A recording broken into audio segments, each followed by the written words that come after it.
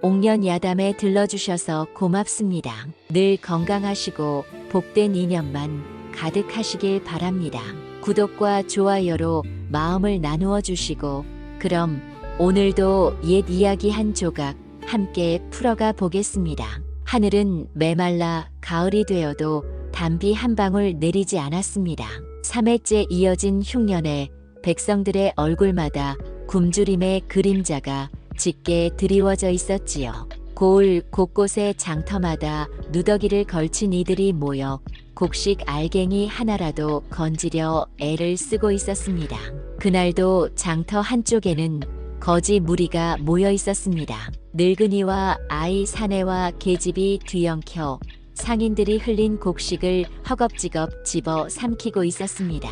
사람들은 고개를 저으며 혀를 찼으나 누구도 나서서 말리거나 도와주려 하지 않았습니다. 그 무리 속에 한 계집아이가 있었습니다. 이름은 소아라 하였습니다. 본디 이름난 집안의 딸이었으나 집안이 하루아침에 무너진 뒤로 거지 무리에 섞여 떠돌고 있었습니다. 옷은 누더기라 기운 자국이 겹겹이었고 맨발은 돌과 흙길에 긁혀 상처투성이었습니다. 그러나 눈빛만은 여전히 맑고 총명하였지요. 바로 그때 곡물 장수가 무리를 발견하고 고래고래 소리쳤습니다. 이 도둑 무리들, 감히 내 곡식을 훔쳐 먹다니. 거지들은 사방으로 흩어지며 우르르 달아났습니다. 서로 밀치며 몸부림치다. 그 틈에 소아는 옆에서 달아나던 사내에게 떠밀려 땅바닥에 고꾸라지고 말았습니다. 내 이놈, 어디서 감히. 곡물 장수는 소아의 팔을 거칠게 낚아채며 목청을 돋웠습니다. 장터 사람들이 웅성거리며 몰려들었고 그 시선은 한순간에 어린 계집아이에게 쏠렸습니다. 이 도둑 계집을 당장 포청으로 끌고 가야겠네. 그 외침의 근처를 돌던 포졸 둘이 다가왔습니다. 그중 하나가 허리춤에서 채찍을 꺼내어 번뜩였습니다. 남의 곡식을 탐한 죄, 오늘 곤장을 맞아야 정신을 차리겠지. 소아는 눈앞이 아득해졌습니다. 자신은 손에 곡식 한 톨 쥐지 않았지만 무리 속에 있었다는 이유만으로 도둑으로 몰린 것이었지요. 억울했으나 항변할 힘도 없었습니다. 고개를 숙이고 눈을 질끈 감은 채 매질을 기다릴 수밖에 없었습니다. 그 순간 장터 저편에서 한 젊은 사내가 달려왔습니다. 소박한 옷차림이었으나 단정한 기품이 느껴졌습니다. 이는 강씨 집안의 장남 강도현 도령이었습니다. 멈추어라. 도현의 날 선 목소리에 포졸의 팔이 멈칫했습니다. 무슨 까닭으로 이 아이를 매질하려 하느냐? 포졸은 도현의 태도에 눌려 잠시 주춤하다가 고개를 숙였습니다. 도령날이 이 계집아이가 곡식을 훔쳤습니다. 그냥 둘 수는 없지 않겠습니까? 도현은 앙상한 몸으로 웅크린 소아를 내려다 보았습니다. 옷은 남루했으나 눈빛만은 꺼지지 않은 채 반짝이고 있었습니다.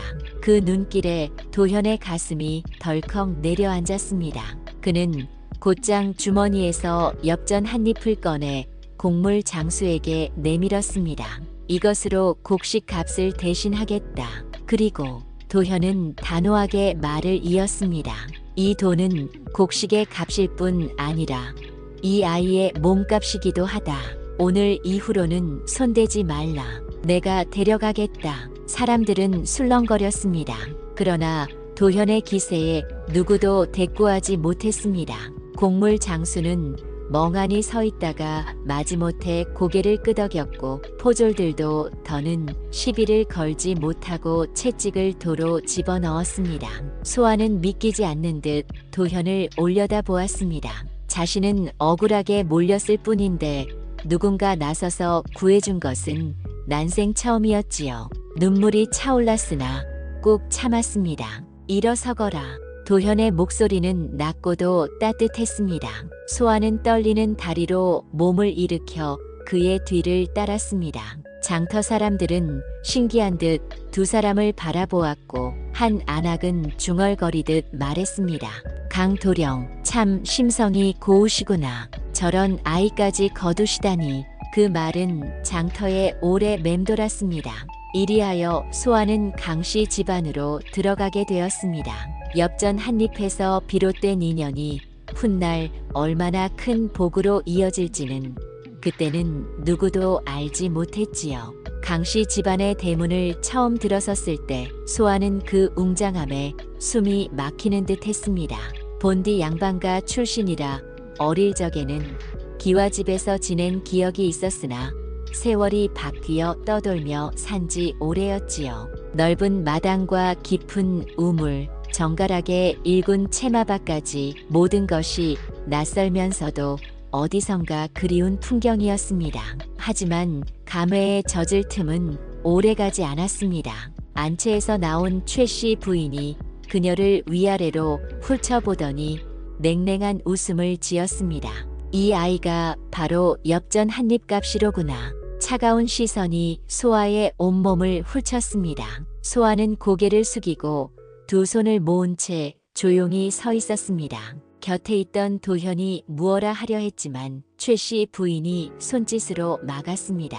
너는 들어가거라. 이 아이 일은 내가 알아서 할 터이니. 도현은 못내 걱정스러운 눈길을 남기고 안채로 들어갔습니다. 최씨 부인은 소아를 데리고 사랑채 뒤편의 작은 방으로 향했습니다. 오늘부터 내가 묵을 곳이 여기다. 새벽 닭이 울기 전에 일어나 부엌일을 거들고 해가 질 때까지 집안 곳곳을 쓸고 닦아라. 방은 몸 하나 겨우 눕힐 정도로 좁았고 작은 창문으로는 햇볕도 제대로 들어오지 않았습니다. 하지만 소아는 그것마저 감사히 여겼습니다. 적어도 비바람을 막을 지붕이 있었으니까요. 예, 마님. 소아의 목소리는 작았으나 분명했습니다. 최씨 부인은 잠시 그 눈빛을 흘겨보다가 돌아서며 한마디 덧붙였습니다. 한 가지를 명심해라. 너는 강씨 집안의 종이다. 주제넘게 굴면 당장 내쫓을 줄 알아라. 이튿날부터 소아의 새로운 삶이 시작되었습니다. 새벽이 밝기도 전에 일어나 부엌에서 불을 지피고 식구들의 아침상을 거들었습니다. 마당을 쓸고 우물에서 물을 길어 큰 항아리에 채웠습니다. 물동이는 작은 체구에 벅찼지만 소아는 한 번도 불평하지 않았습니다. 특히 최씨 부인은 가장 고된 일을 소아에게 맡겼습니다. 곡간 청소가 그 가운데 하나였지요. 곡간은 오랫동안 돌보지 않아 곰팡이 냄새가 진동하고 쥐며느리와 벌레들이 들끓었습니다. 이 곡간을 말끔히 치워라. 곡식 한 톨이라도 잘못되면 그날로 내쫓을 줄 알아라. 엄한 말에 소아는 곧장 곡간으로 향했습니다. 문을 열자마자 코를 찌르는 퀴퀴한 냄새가 밀려왔지만 소매로 코를 막고 안으로 들어갔습니다. 곡간 정리는 생각보다 훨씬 힘겨웠습니다. 묵은 곡식 가마니를 하나하나 옮겨내고 바닥과 벽을 닦아내야 했습니다. 작은 손은 금세 상처투성이가 되었고 등과 허리는 쑤셨습니다. 그러나 신기한 일이 일어났습니다. 소아가 정성껏 손질한 뒤부터 곡간의 퀴퀴한 냄새가 감쪽같이 사라지고 곡식을 깎던 벌레도 자취를 감춘 것이지요. 며칠 후 곡간을 살펴본 최씨 부인도 놀라며 중얼거렸습니다. 어찌 이리 깨끗해졌단 말이냐. 소아는 고개를 숙이고 담담히 대답했습니다. 그저 정성껏 했을 뿐입니다, 마님.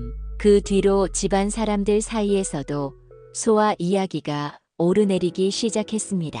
처음에는 그녀를 업신여기던 하인들도 점차 감탄했습니다. 저 아이 참 부지런하구나. 새벽부터 밤까지 일손을 멈추지 않네. 이상하지 않으냐? 저 아이가 손대는 곳은 늘 말끔해지고 왠지 복이 따르는 것 같아. 마을 사람들 사이에도 강씨 집안의 변화가 회자되었습니다. 흉년에도 불구하고 강씨 집안 곳간에서는 썩는 냄새가 사라지고 곡식도 알맞게 잘 보관되는 듯 보였기 때문이지요. 강씨 집에 무슨 변화가 있는 게지? 새로 들인 계집종이 있다더니 그 아이 손길이 닿는 곳마다 복이 도는 모양이네. 이런 말들이 돌자 최 씨 부인도 속으로는 놀랐습니다. 그러나 겉으로는 여전히 냉랭했습니다. 다만 처음처럼 내쫓으려던 마음은 조금씩 누그러지고 있었습니다. 소아는 이런 변화를 눈치채면서도 묵묵히 자신의 몫을 다했습니다. 밤이면 작은 방에 지친 몸을 눕히면서도 속으로는 다짐했습니다. 언젠가는 이 집안 사람들에게 진심으로 인정받을 날이 오겠지. 물동이를 쥐고 곡간을 쓸며 허리가 휘어지도록 일하는 날들이었으나 거지 무리에 섞여 거리를 떠돌며 손가락질 받던 시절을 떠올리면 그래도 지금이 훨씬 나았습니다. 최소한 배를 채울 밥 한 술과 비바람을 가려줄 지붕이 있었으니까요. 그 믿음 하나가 보잘것없는 몸값보다 훨씬 귀한 힘이 되어 그녀를 버티게 했지요. 달빛이 은은하게 번지던 어느 가을밤이었습니다. 집안 사람 모두 잠든 시각, 사랑채 뒤편 작은 방에서는 희미한 불빛이 새어 나오고 있었지요. 소아는 낮에 주워온 헌 종이 조각을 펼쳐놓고 그 위에 글자를 하나하나 짚으며 더듬어 읽고 있었습니다. 하늘은 높고 땅은 두터우니 작게 읊조리는 소아의 눈빛에는 간절함이 어려 있었습니다. 비록 몰락해 거지 신세가 되었으나 어린 시절 할아버지께서 가르쳐 주신 글을 잊지 않으려 애쓰고 있었던 것입니다. 그때였습니다. 방문 앞에서 발자국 소리가 나더니 문이 살며시 열렸습니다. 달빛에 비친 이는 다름 아닌 강도현 도령이었습니다. 이 밤중에 누가 부를. 말을 멈춘 도현은 종이를 펴놓고 글을 읽고 있는 소아의 모습에 눈을 크게 떴습니다. 이것이 어찌된 일이냐? 소아는 깜짝 놀라 종이를 숨기려 했지만 도현이 손을 들어 제지했습니다. 겁내지 마라. 나도 그저 놀랐을 뿐이다. 도현은 방 안으로 들어와 맞은편에 앉았습니다. 꺼졌던 촛불을 다시 밝히고 부드럽게 물었습니다. 글을 읽을 줄 아는구나. 누가 가르쳐 주었느냐? 소아는 망설이다가 낮은 목소리로 대답했습니다. 어릴 적에 할아버지께서 조금 가르쳐 주셨습니다. 그렇구나. 도현의 눈빛에는 놀라움과 함께 따뜻한 이해가 섞여 있었습니다. 그는 소아가 숨기려던 종이를 펼쳐보며 말했다. 이것은 논어의 한 구절이다. 하기 시습지 불영여로라 배우고 때때로 익히면 기쁘지 아니한가 하는 말이지. 소아의 눈동자가 빛났습니다. 자신이 더듬던 글을 누군가 정확히 읽어내고 뜻까지 풀어주니 반가움이 북받쳤지요. 도령님, 그 말씀은 학문의 즐거움에 대한 뜻이지요? 옳다. 공자께서 학문을 닦는 즐거움을 말씀하신 것이다.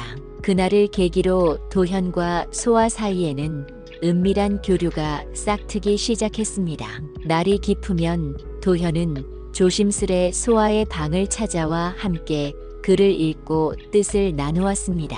처음엔 조심스러웠으나 차츰 이야기는 깊어졌지요. 너는 참으로 영특하구나. 한번 읽어주면 곧 깨우치니 신기할 따름이다. 도령님께서 가르쳐 주시니 제가 따라갈 수 있는 것이지요. 어느 날 밤 도현은 자신의 서재에서 책 한 권을 가져와 내밀었습니다. 소학이라 적힌 학문서였습니다. 이 책은 처음 배우는 이들이 익히는 글이다. 스스로도 읽을 수 있을 것이다. 소아는 두 손으로 책을 받으며 눈시울이 뜨거워졌습니다. 여종의 신분으로는 평생 구경조차 어려운 책이었으니까요. 도령님, 고맙습니다. 소중히 읽겠습니다. 그날부터 두 사람은 소학을 함께 읽으며 세상의 이치와 사람의 도리를 나누었습니다. 충효의 뜻, 인이예지의 가르침, 백성을 아끼는 마음에 대해서도 이야기를 이어갔지요. 너는 어떤 세상이 되기를 바라느냐? 잠시 생각하던 소아는 조심스레 답했습니다. 모든 백성이 굶주리지 않고 서로 존중하며 살아가는 세상이면 좋겠습니다. 도현은 고개를 끄덕이며 미소 지었습니다.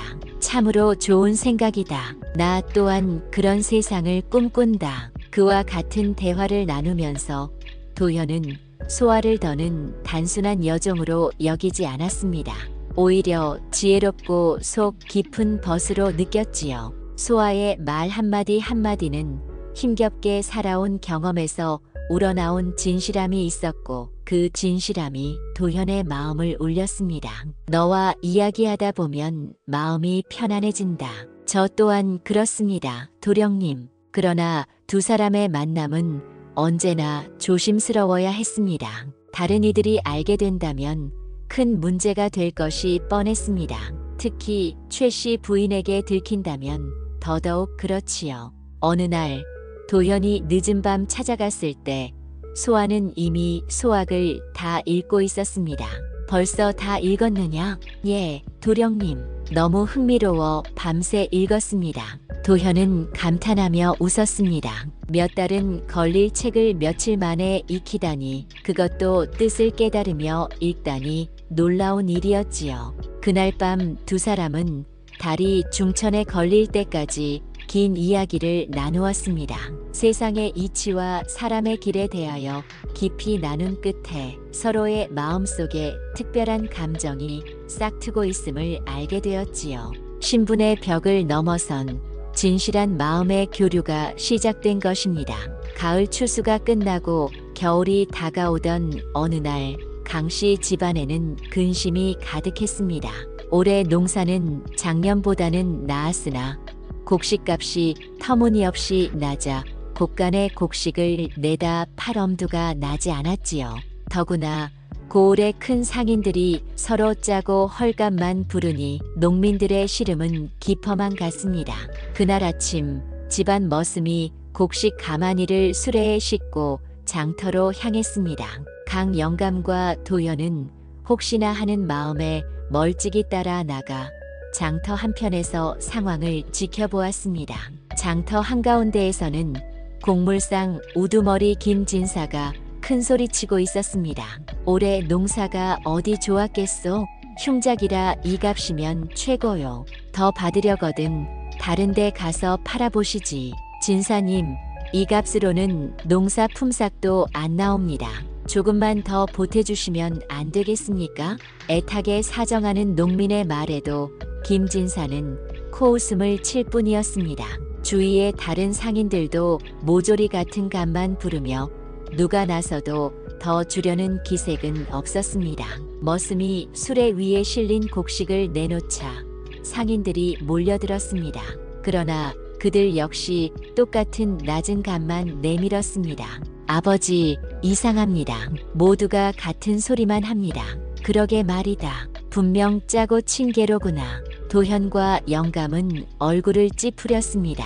곡식을 팔지도 못한 채 집으로 돌아오자 최 씨 부인도 불안한 기색을 감추지 못했습니다. 그날 저녁 소아는 안채 마루에서 부자의 대화를 우연히 듣게 되었습니다. 이대로 두면 우리 집만이 아니라 온 마을이 큰일이로다. 허나 저들이 한통속이니 어찌해야 할지 모르겠습니다. 그 말을 들은 소아는 가만히 생각에 잠겼습니다. 어린 시절 할아버지께 들었던 말씀이 떠올랐지요. 상인들이 한통속이 될 때는 다른 고을의 상인들을 불러들여 경쟁을 붙이라는 이야기였습니다. 이튿날 새벽 소아는 조심스레 도현을 찾았습니다. 도령님, 드릴 말씀이 있습니다. 도현은 손에 들고 있던 장부를 내려놓으며 물었습니다. 무슨 말이냐? 어제 장터 일을 들었습니다. 혹 다른 고을의 상인들을 불러올 수 있다면 값이 오르지 않겠습니까? 도현의 눈이 반짝였습니다. 다른 고을 상인이라니? 예, 김천이나 상주 쪽에는 곡식을 구하려는 이들이 많다고 들었습니다. 그들을 불러들이면 경쟁이 붙어 값이 오를 것입니다. 도현은 무릎을 치며 소리쳤습니다. 그렇지, 어찌 그 생각을 못했을까? 장터를 오가는 행상들을 이용하면 될 것입니다. 그들은 여러 고을을 다니니 소식을 전해줄 수 있겠지요. 도현은 곧장 아버지께 이 계책을 아뢰었습니다. 강 영감은 감탄하며 고개를 끄덕였습니다. 참으로 옳은 생각이로다. 어서 실행해보자. 며칠 뒤 행상들을 통해 다른 고을 상인들에게 소식이 전해졌습니다. 이 고을에 질 좋은 곡식이 많다는 이야기가 삽시간에 퍼졌지요. 장터날 과연 다른 고을 상인들이 속속 찾아왔습니다. 김천에서 온 박 상인과 상주에서 온 이 상인이 대표적이었습니다. 들으니 이곳에 좋은 곡식이 많다 하여 왔습니다. 좀 보여주시겠소? 박 상인이 머슴에게 다가가자 김진사가 허둥지둥 뛰어왔습니다. 잠깐, 그 곡식은 이미 우리가 거래하려던 것이요. 아니, 값도 정하지 않았는데 무슨 말씀입니까? 강 영감이 단호히 막아섰습니다. 그러자 다른 고을 상인들이 더 높은 값을 불렀습니다. 한 가마에 2냥 드리리다. 우리는 2냥 반을 내겠소. 이리하여 경쟁이 붙자 곡식값은 순식간에 2배 가까이 올랐습니다. 이럴 수가. 이 값에 누가 사겠다는 말이요. 김진사가 얼굴을 붉히며 소리쳤으나 다른 고을 상인들은 기꺼이 값을 치르고 곡식을 사갔습니다. 장터에 모여있던 농민들은 이 광경을 보고 놀라움을 감추지 못했습니다. 곳곳에서 수군거림이 터져 나왔습니다. 강씨 댁이 우리를 살렸구나. 아무도 어찌하지 못하던 일을 강씨 집안이 해냈지. 이제야 숨통이 트이는구나. 그날 저녁 집으로 돌아온 도현은 소아를 찾아 기쁨을 전했습니다. 내 덕분에 큰일을 해냈다. 참으로 고맙다. 소아는 고개를 숙였습니다. 도령님께서 믿고 들어주셨으니 가능한 일이었습니다. 그날 밤 강 영감은 소아를 따로 불렀습니다. 이번 일로 우리 집안뿐 아니라 온 마을이 살 길을 얻었다. 내가 참으로 고맙구나. 최씨 부인도 처음으로 소아를 다정한 눈길로 바라보았습니다. 비록 말은 악기였으나 마음속으로는 이미 그녀를 인정하고 있었지요. 장터에서 벌어진 일은 삽시간에 고을 안으로 퍼져나갔습니다. 곡식값이 2배 가까이 오르며 농민들이 숨통을 틔우게 된 사건은 사람들 사이에서 큰 화제가 되었지요. 강씨 집안 덕분에 우리가 살았다더라. 아무도 어찌하지 못하던 일을 강씨 댁이 해냈다지 않나. 역시 강씨 집은 이 고을의 든든한 기둥이지. 주막과 우물가, 빨래터마다 강씨 집안을 칭송하는 소리가 넘쳐났습니다. 사람들은 누가 어떤 꾀를 냈는지는 알지 못했습니다. 다만 이번에도 강씨 집안이 앞장서 마을을 지켰다는 사실만은 분명히 알고 있었지요. 그러나 이 소문이 반가울 리 없는 자가 있었습니다. 바로 고을의 큰 거상 민석준이었습니다. 그는 김진사보다도 훨씬 더 많은 장사를 쥐고 있었는데 이번 일로 큰 손해를 본 터였습니다. 민석준은 저택 사랑방에 측근들을 불러 모아 목소리를 높였습니다. 강씨 집안 때문에 우리가 잃은 이익이 얼마인지 아느냐. 한 신복이 고개를 조아리며 중얼거렸습니다. 주인님, 그 집안 어딘가 달라진 듯합니다. 괜히 건드리면 화가 미칠 수도 있지 않을까요? 민석준의 눈빛이 번뜩였습니다. 본디 그는 강씨 집안을 탐탁지 않게 여겨왔습니다. 특히 도현의 강직한 성품이 언젠가 자신의 장사에 방해가 될까 늘 경계하고 있었지요. 최근 그 집안에 붙은 계집 하나가 수상하다. 그 계집의 정체를 캐내라. 며칠 뒤 신복이 은밀히 달려와 속삭였습니다. 알아냈습니다. 그 여종의 본디 이름은 소아라 하고 몰락한 박씨 가문의 딸이라 합니다. 박씨 가문이라니 10년 전 영모에 연루되어 무너진 그 집안이더냐. 예, 바로 그 박참판의 손녀라 합니다. 민석준의 입가에 음험한 미소가 번졌습니다. 박참판은 10년 전 임금께 직언을 올렸다가 모함을 받아 영모에 엮여 집안이 풍비박산 났던 인물이었습니다. 뒤에 무고가 밝혀져 신원은 되었으나 후손들은 여전히 벼슬길에 오르지 못했지요. 이것이야말로 하늘이 내린 기회다. 강씨 집안을 송두리째 흔들 수 있겠구나. 한편 강씨 집안은 오랜만에 따뜻한 겨울을 맞고 있었습니다. 곡식을 좋은 값에 팔아 살림이 나아졌고 안채에는 웃음이 늘었습니다. 하지만 이 모든 변화의 중심에 소아가 있다는 사실은 집안 식구들만이 아는 비밀이었지요. 어느 저녁 도현은 소아와 달빛 아래를 거닐고 있었습니다. 두 사람의 마음은 이미 주인과 종의 관계를 넘어선 지 오래였습니다. 나는 너와 혼인하고 싶다. 갑작스러운 고백에 소아는 걸음을 멈췄습니다. 달빛에 비친 얼굴에는 놀라움과 함께 깊은 그늘이 드리워져 있었지요. 도령님, 그런 말씀은 부디 하지 마십시오. 왜 그러느냐? 내 마음을 너도 알고 있지 않느냐? 소아는 고개를 숙였습니다. 마음은 이미 도현에게 기울었으나 신분의 벽은 너무도 높았습니다. 저는 종입니다. 도령님과는 하늘과 땅처럼 다른 신분이지요. 신분이 무엇이냐? 내겐 내가 가장 소중하다. 그러시면 아니 됩니다. 소아의 목소리는 단호했으나 눈빛만은 떨리고 있었습니다. 도현은 그녀의 손을 살며시 잡으며 말했습니다. 언젠가는 길이 있을 것이다. 그날까지 기다려 주겠느냐? 두 사람의 은밀한 만남은 며칠간 이어졌습니다. 그러나 세상에 비밀이 어디 있겠습니까? 머지않아 민석준의 첩자가 이를 엿듣고 주인에게 보고하였습니다. 주인님, 강도령이 그 여종과 사통하고 있습니다. 민석준은 음험한 웃음을 지으며 고개를 끄덕였습니다. 좋다. 이제 강씨 집안을 무너뜨릴 수 있겠다.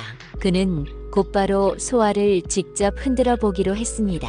어느 날 오후 소아가 홀로 우물가에 물을 기르러 나왔을 때였습니다.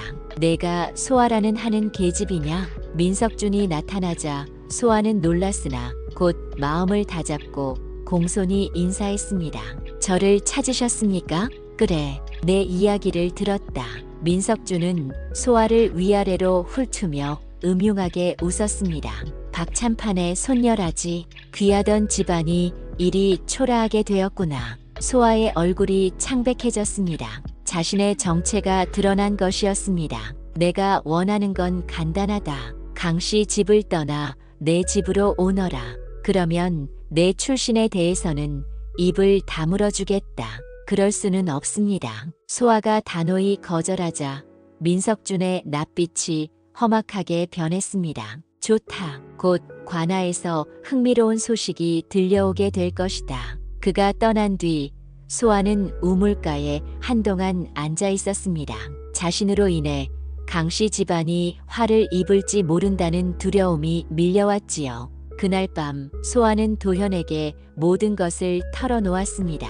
도령님, 저는 이 집을 떠나야 할 듯합니다. 무슨 일이냐? 도현이 다급히 묻자 소아는 민석준과의 일을 조심스레 말했습니다. 도현은 분노에 주먹을 움켜쥐었습니다. 그 간악한 자가 감히. 도령님, 부디 화를 내지 마십시오. 저 혼자 떠나면 될 일입니다. 하지만 도현은 고개를 저으며 굳게 말했습니다. 아니 된다. 우리가 함께 이 난관을 헤쳐나가야 한다. 두 사람은 달빛 아래에서 서로의 눈빛을 마주하며 결심을 다졌습니다. 그러나 그때 이미 민석준의 음모는 조용히 진행되고 있었지요. 머지않아 더 큰 시련이 강씨 집안을 덮칠 것이었습니다. 민석준이 협박을 가한 지 사흘 만에 고을 안에는 흉흉한 소문이 돌기 시작했습니다. 강씨 집안에 영모의 잔당이 숨어 있다는 것이었지요. 처음에는 아무도 믿지 않았으나 날이 갈수록 소문은 점점 구체적인 말로 변해갔습니다. 박찬판의 손녀딸이 강씨 집에 숨어 지낸다더라. 그러니 강씨 집안이 갑자기 번창한 것도 수상하지 않나. 혹시 역적 무리와 내통하고 있는 건 아니겠나. 민석준은 교묘하게 소문을 퍼뜨리며 동시에 관아에 정식으로 고발을 올렸습니다. 그는 이미 오래전부터 준비해온 듯 치밀한 증거까지 꾸며냈지요. 강씨집 여종 소아는 10년 전 영모로 몰락한 박찬판의 손녀입니다. 분명 남은 역적들과 연락하며 새 음모를 꾸미고 있을 것입니다. 현감의 대리로 고을 일을 맡고 있던 좌수는 깜짝 놀랐습니다. 박찬판 사건은 당시 조정을 뒤흔든 큰일로 비록 훗날 무고가 밝혀졌다 하나 여전히 민감한 문제였기 때문이지요. 과연 확실한 말이냐? 틀림없습니다. 여기에 증거가 있어 민석주는 조작된 서신과 매수한 위증인들을 내세웠습니다. 오랫동안 이 일을 준비해온 만큼 빈틈이 없었지요. 그날 오후 포졸들이 강씨 집을 포위했습니다. 앞장선 포청의 김포두가 소리쳤습니다. 관에서 명을 내렸다. 소아를 당장 압송하라. 안채에서 바느질하던 최씨 마님이 놀라 뛰쳐나왔고 마당에서 책을 읽던 도현도 벌떡 일어났습니다. 무슨 일이냐? 강씨 집 여종 소아는 역적의 후손으로 새 음모를 꾀하고 있다는 고발이 접수되었어. 당장 관하로 데려가겠다. 도현의 얼굴이 하얗게 질렸습니다. 그는 황급히 달려가 보았으나 이미 포졸들이 소아를 결박하고 있었습니다. 소아, 도현이 애타게 부르자 소아는 조용히 고개를 저었습니다. 그녀의 눈빛에는 두려움보다는 담담한 체념이 어려 있었지요. 도령님, 괜찮습니다. 저는 결백합니다. 이런 말도 안 되는 일이 어디 있느냐. 소아는 아무 죄가 없어. 도현이 포졸들 앞을 가로막으며 소리쳤지만 김포두는 냉정하게 대꾸했습니다. 도령님, 막으시면 곤란합니다. 이는 관의 명인이 물러서시지요. 소아는 포승줄에 묶인 몸이었지만 걸음걸이는 당당했습니다. 마당을 나서며 최씨 마님을 향해 깊이 절을 올렸습니다. 마님, 그동안의 은혜 감사드렸습니다. 최씨 마님은 갑작스러운 일에 넋이 나간 듯 서 있다가 눈물이 차올라 어찌할 바를 몰랐습니다. 평소에는 냉대했으나 막상 이런 일을 겪고 보니 가슴이 아려왔지요. 소아가 끌려가는 모습을 지켜본 마을 사람들은 수군거리기 시작했습니다. 정말 역적의 후손이었다는 말인가? 아니야.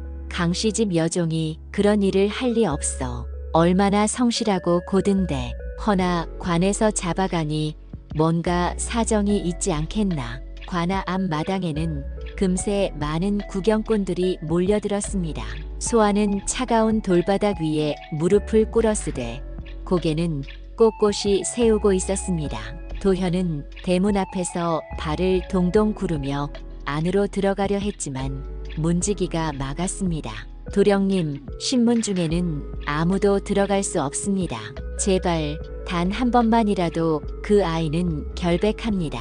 도현의 간절한 외침은 허공에 흩어졌습니다.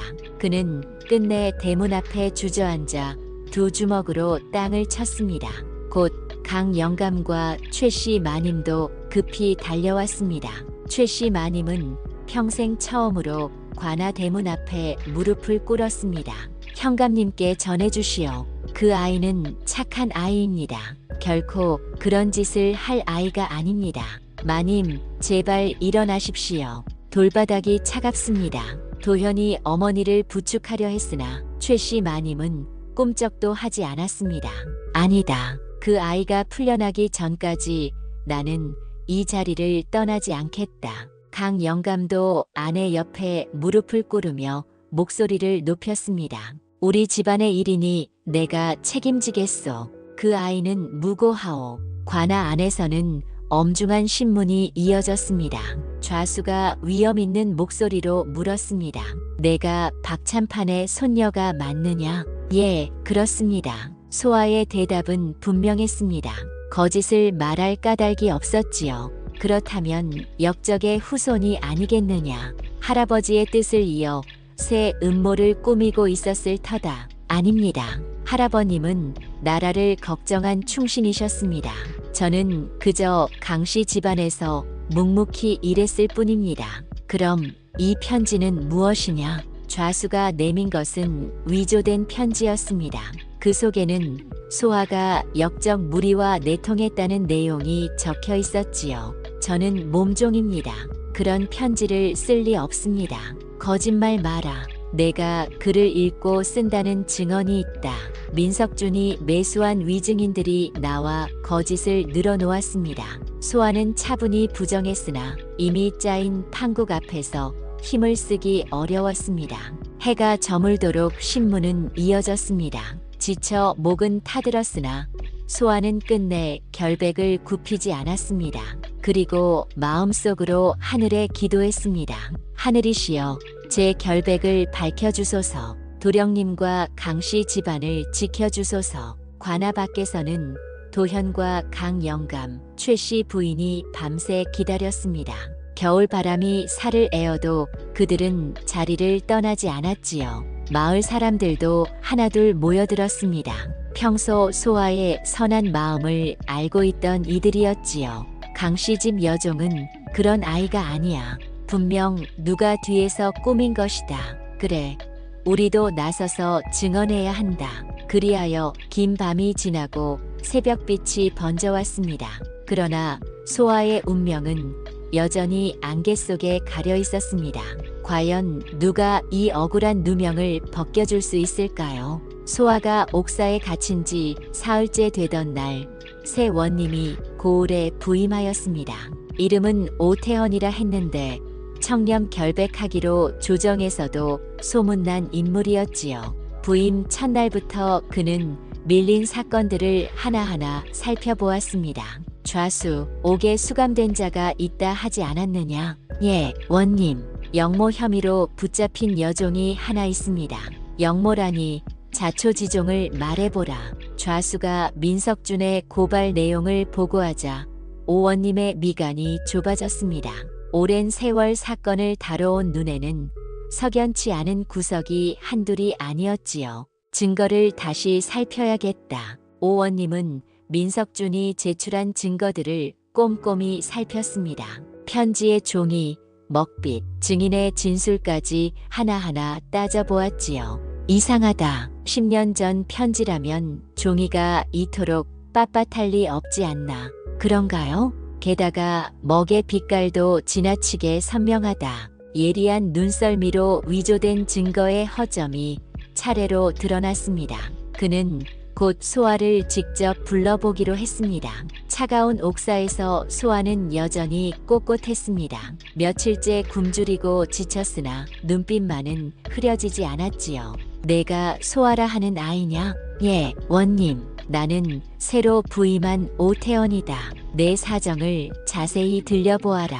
소아는 처음부터 끝까지 솔직하게 털어놓았습니다. 장터에서 도령을 만난 일, 강씨 집안에서 성실히 살아온 날들, 그리고 민석준의 협박까지 모두 빠짐없이 이야기했지요. 그렇다면 내가 그를 안다는 것은 사실이냐? 예, 원님. 어릴 적 할아버님께서 조금 가르쳐 주셨습니다. 그렇다면 여기서 한자 적어 보아라. 오원님은 붓과 먹, 종이를 내밀었습니다. 소아는 단정히 받아 정갈한 글씨로 몇 줄을 써내려갔습니다. 역시 그러하구나. 그는 소아의 글씨와 증거로 제출된 편지를 나란히 놓고 비교했습니다. 필체가 전혀 맞지 않았지요. 좌수를 불러라. 예, 원님. 좌수가 들어오자 오원님은 두 글씨를 내보였습니다. 이 두 글씨가 같은 사람의 손끝에서 나온 것으로 보이느냐? 좌수는 땀을 흘리며 더듬거렸습니다. 그런데 증인들이 분명히 증인들을 따로 불러다 하나씩 따져 묻겠다. 하나둘 불려온 위증인들의 말은 서로 맞지 않았습니다. 어떤 이는 낮에 봤다 하고 다른 이는 밤에 보았다 하니 앞뒤가 맞지 않았지요. 끝내 위증인들은 돈을 받고 거짓말을 했음을 자백했습니다. 누가 시켰느냐? 민상인이 돈을 주며 거짓말을 시켰습니다. 용서해 주십시오. 오원님은 곧 민석준을 불러들였습니다. 민석준은 처음에는 당당한 체했으나 점점 얼굴이 굳어졌습니다.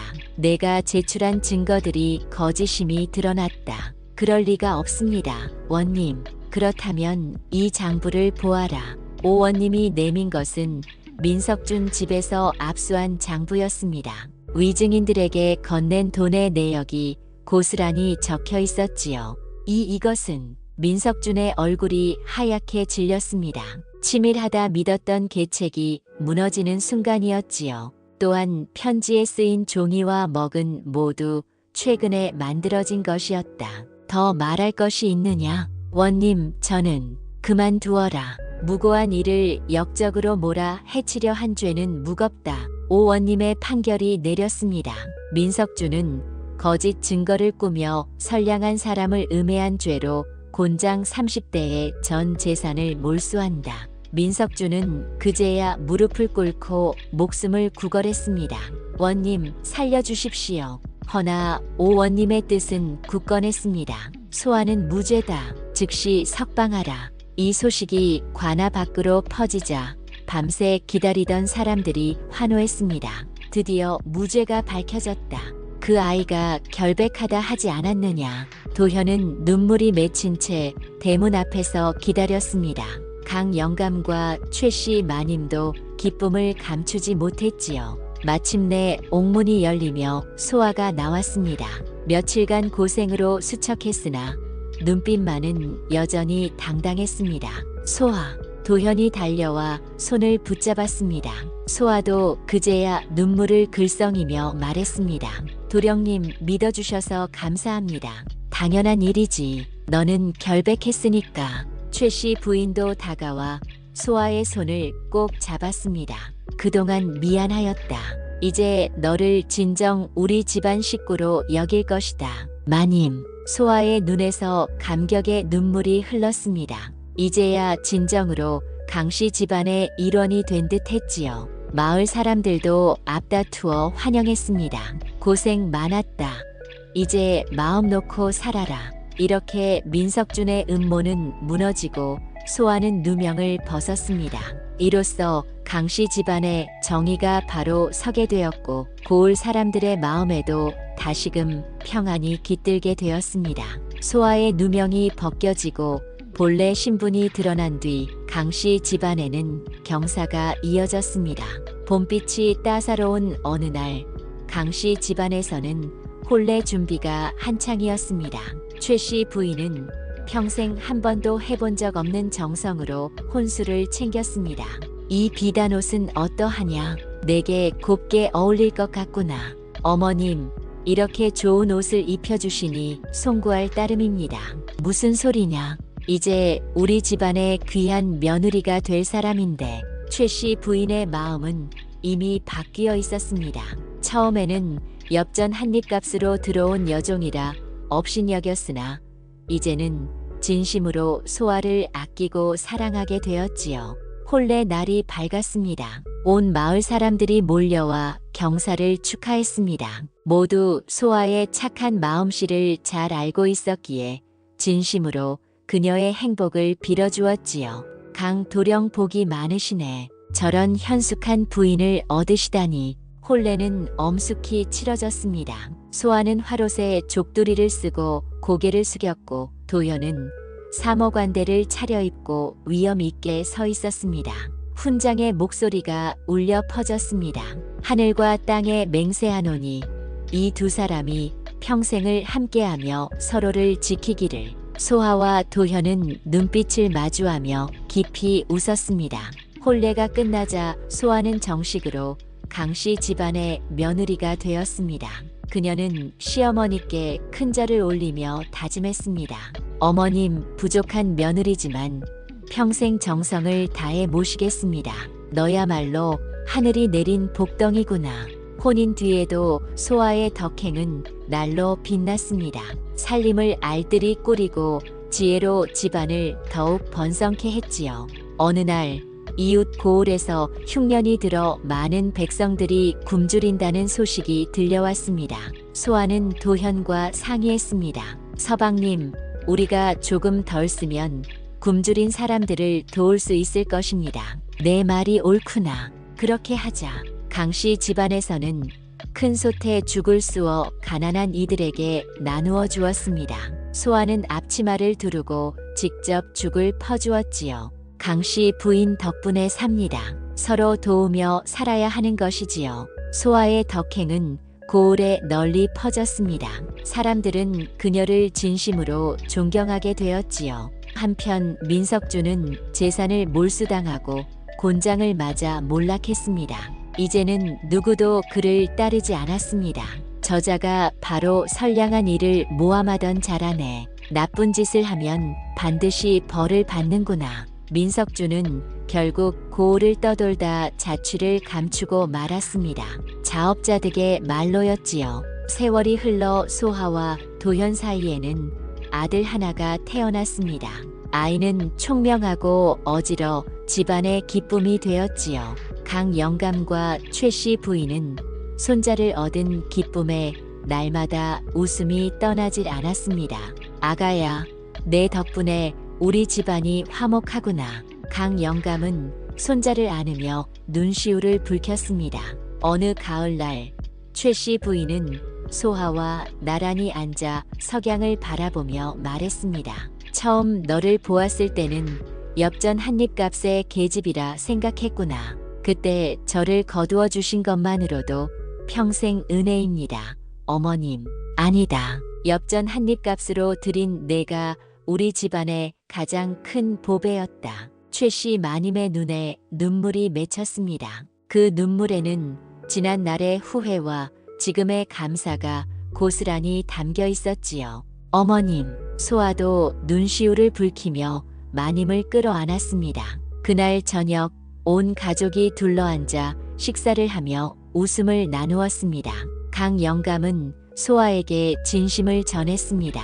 내가 우리 집에 온 것은 하늘의 뜻이었구나. 내 지혜와 덕으로 집안이 이렇게 일어섰으니 아버님, 모든 것은 가족들이 함께 해주신 덕입니다. 도현은 소아의 손을 잡고 말했습니다. 그대를 만난 것이 내 삶의 가장 큰 복이요. 저도 그렇습니다, 서방님. 그리하여 강씨 집안은 소아의 지혜와 덕으로 크게 번창했습니다. 마을 사람들도 본받아 서로 돕고 사랑하며 살았지요. 훗날 사람들은 이 이야기를 전하며 말했습니다. 진정한 가치는 신분이나 겉모습이 아닌 사람의 마음과 행실에 있다는 것을. 소아의 이야기는 권선징악의 교훈으로 오래도록 전해졌습니다.